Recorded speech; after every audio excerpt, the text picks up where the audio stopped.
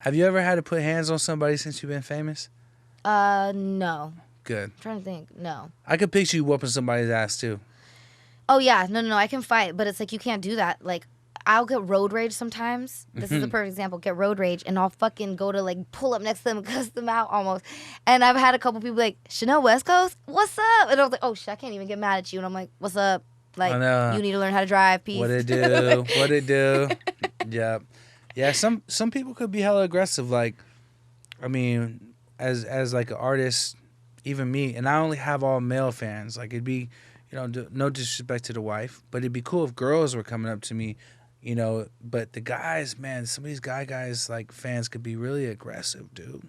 It's crazy. They run up all crazy. They come in the bathroom when you're going to go. They want to be your homie. You know what I mean? They're trying to be the homie. They want to show love, but it's just sometimes it gets really awkward. It's scary. So I can only imagine it was like for a female. It's probably a lot tougher. It is. No, there's a lot of creeps. I've noticed even like walking my dog. That's why I gotta move. I live in Hollywood. It's rough living in Hollywood, dude.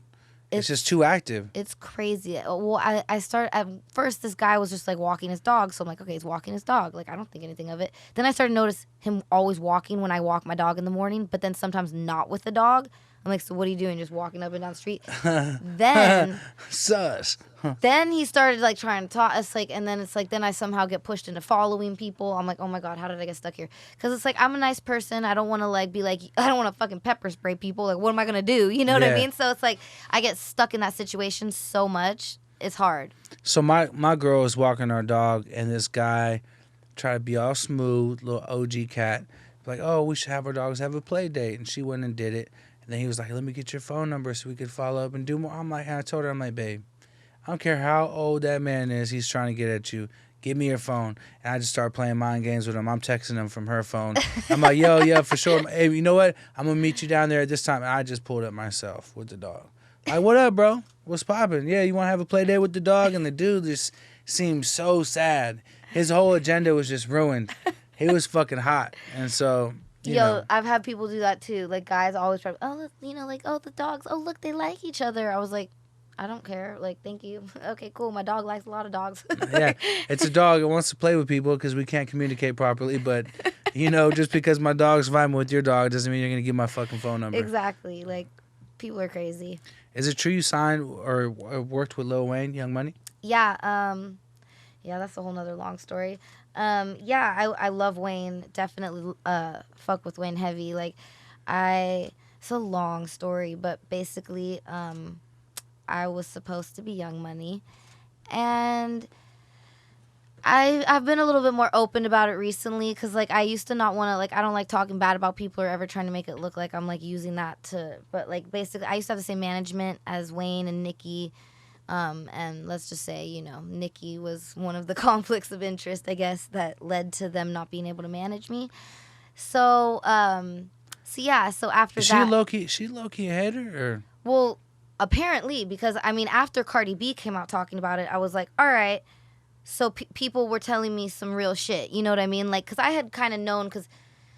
It's a long fucking story, but let's just say I was very much Young Money, affiliated with Young Money, and I was like waiting for, my deal to get done, and I was about to get into new contracts with my new management, which was Blueprint, who manages Nicki and Wayne.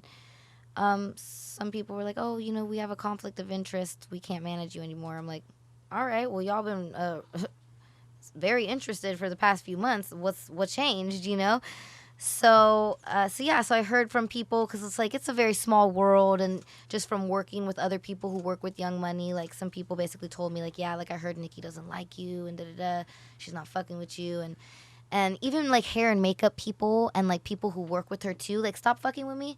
So like it's like I'm observant. I smoke weed. Like I'll sit there high, like thinking about shit, and I'm like, hold up, this person stop fucking with me. Stop like replying to my text, and now they're doing her hair and makeup. It's a little coincidental, like I'll be willing to bet my left nut that Nicki doesn't smoke weed.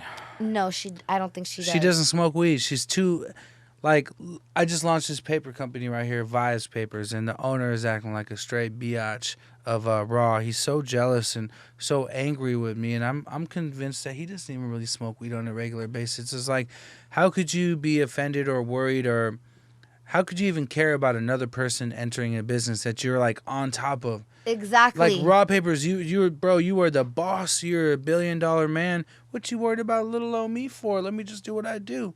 And so Nicki, I think she just has a problem with any female entering the space. And it's just me observing. I might be high, I could just be talking out my ass, but I think that she's just one, not high. She's not smoking bud, so she's probably got a little chip on her shoulder, but she feels threatened by any female that can come in and make some kind of splash or, create a wave on their own, which is whack. We need more females in the game. Stop hating, Nicki. Come on, Nicki. Totally. I'm like, yo, like, look at all the guys, how guys collab with each other. They support each other. Like, I'll see, like, guys posting about their other homie. Like, yo, like, you know, like, their album just dropped and, like, the guys are posting about each other and shit supporting. But you don't really see that the same with women. I think it's getting better now because girls are starting to realize, hold up, we got to come together if we want to be more of a force in this. You know what I'm saying? But yeah, like, I think that was a situation. So I'm still cool with Wayne and I still fuck with him, but not Young Money. I'm independent as fuck now. So do you go through Empire? Who do you go through to distribute the music? I'm independent, 100%. Fully funded by me. Nice. And I come up with all my own shit, unlike a lot of these artists. Like, all my visuals, everything. Like, my music videos, all me. Everything. I come up with fucking everything. For real. That's so, because that's what you've been doing since you've been young. That's your favorite shit to do. Yes. Is there any chances you're going to, like, spin off into your own show and just, like, have you done your own show yet? Or I would like to, like, do, like, maybe a docu-series. Like, when I was on tour and we filmed so much funny ass shit, you know what I mean? Like, just so much funny things happen on tour, you know? Like, oh, I know. There was a situation where, like, the back of, because we didn't have I didn't have enough money for, it was like a small tour. I wasn't getting paid enough at these shows, like, to do, like, the full tour bus. So we had, like, a Sprinter van with a trailer attached. This fucking dumb ass driver, I'm sorry, I hate to say it, bro, you were kind of dumb, left the thing unlocked in the middle of New York City in blizzard weather, and we lost a bunch of suitcases. And this is the funniest part, because my dad's from New York, so I grew up going there a lot. Like, I'm very familiar with how New York is, and everybody else on the crew isn't. So everybody goes, yo, everybody's honking at us. And I said, yo, shut the fuck up. I'm in the front seat rolling a blunt on the way to an interview. And I'm like, yo, shut the fuck up. We're in New York. I was like, people honk nonstop here. They honk nonstop here. And they're like, are you sure? It seems like everybody's honking at us. Finally, some dude, we're pulled at a stoplight. He catches my attention. He's like, yo, the back. And like, we were filming while it like happened, and then just like little things like that, like all kinds of funny shit happens on tour. And so I was like, it'd be really fun to go on tour again and then have like a docu-series about that, you know? Yeah, definitely. I document everything on tour. There's the most amazing things happen. And then, trust me. You said that like you have some crazy stories. Man, your boy got shit. I got stories. Because I'm a ratchet rapper. I've been in the rap scene, and when you take 13 guys or 12 or even 9, if you conservative, and put them on one bus, yeah, the amount of fucking tension, everyone's agenda at the end of every show is different. Me, I'm old school. I just want the mafia of after show food and a little peace and quiet. But all the people on the bus are like, let's get the girls, let's get it cracking. And so I've seen some crazy shit happen. But definitely tour behind the scenes is always good. Always good. The best. There's also a lot that probably has to be edited out. Oh, dude, I wouldn't even ever show my shit. I would tell you stories when this camera is off, because there's been some crazy ass shit. I'll tell one story, because my boy, he's okay with me telling it now, but I won't even say his name.